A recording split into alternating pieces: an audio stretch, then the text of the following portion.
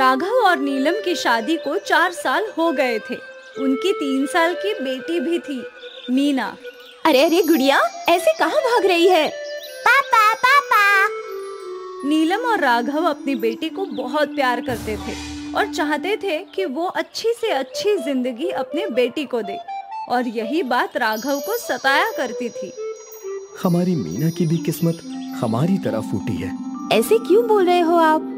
मैं ठहरा कबाड़ी, मेरे पास तो राशन तक के पैसे नहीं होते। भला हम मीना को अच्छी जिंदगी कैसे दे पाएंगे? ए जी, मेरी माँ कहती थी कि हर कोई अपनी किस्मत का खाना और अपनी किस्मत की चीज खुद ही लिखवा कर लाता है, और मुझे यकीन है हमारी मीना की किस्मत बहुत अच्छी है। देखिए ना, उसके पैदा होते ही कम से कम आप ठीक ठाक कमाने लग गए। वो तो है, पर अब आमदनी कैसे बढ़ाएं? वो भी मिल जाएगा। राघव चिंतित था, पर नीलम जानती थी कि चिंता की कोई बात नहीं। उसकी बेटी की किस्मत बहुत अच्छी थी। यूं ही 2 साल बीत गए। मीना अब 5 साल की हो गई थी। माँ, मुझे आइसक्रीम चाहिए, आइसक्रीम चाहिए। कल ही तो तुझे आइसक्रीम खिलाई थी। मुझे आज भी चाहिए। नहीं नहीं मिलेगी, ज्यादा आइसक्रीम खाने से तबीयत खराब हो जाती है। कल खाई थी ना, बस।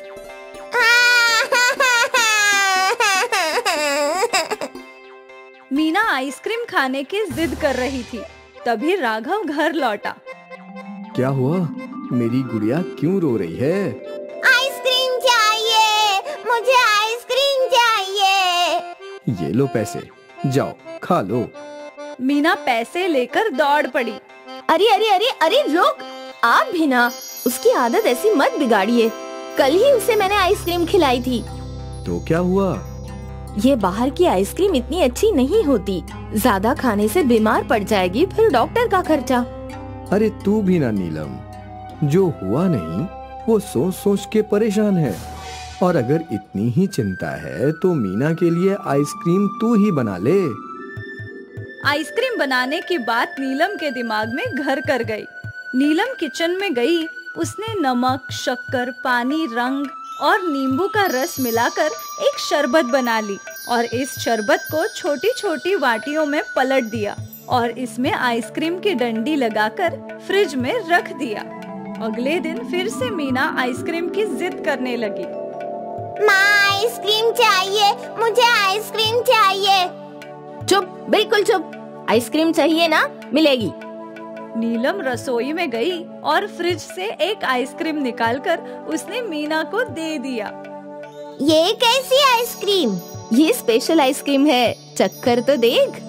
मीना ने वो आइसक्रीम चखी। वाह, ये कितनी अच्छी है। कहाँ से लाई? लाई नहीं, मैंने खुद बनाई। सच्ची? मुझे।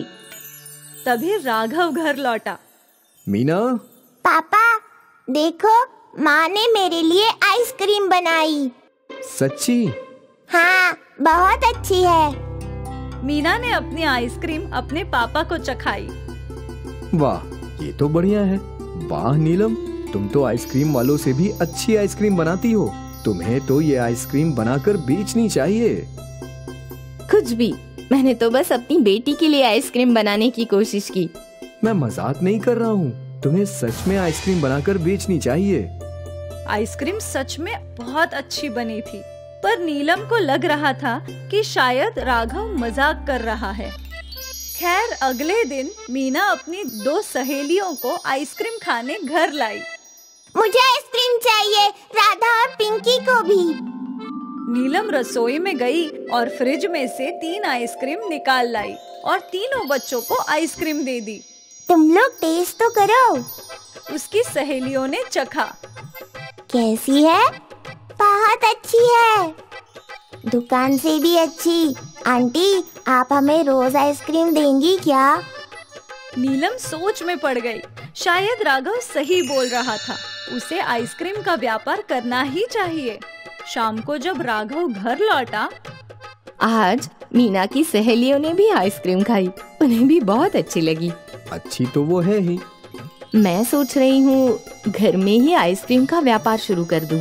हाँ हाँ, मैं भी तो यही बोल रहा था। इससे 2 फायदे होंगे।